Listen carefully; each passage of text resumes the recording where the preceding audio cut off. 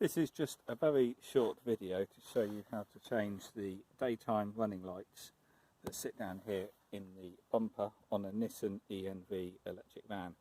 The manual on these tells you what bulb you need, but it doesn't show you how to change them.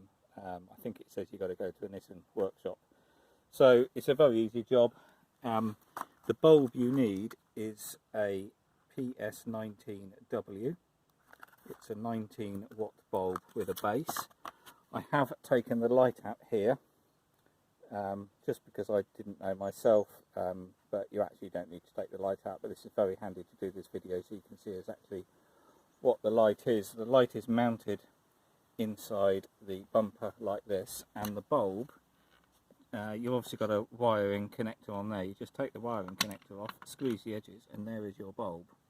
So you don't need to take the lamp assembly out like I have, but it is just held on with two 10mm bolts.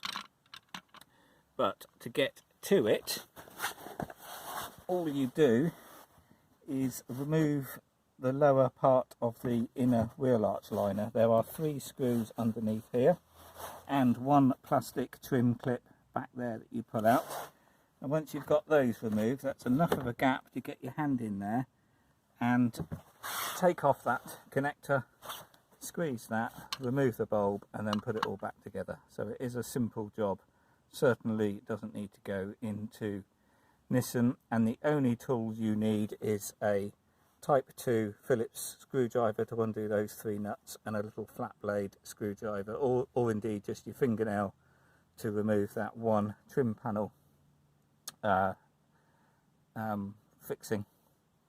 And just so you know, again, there is the bulb, PS19W. This bulb was about 20 quid from Euro Car Parts.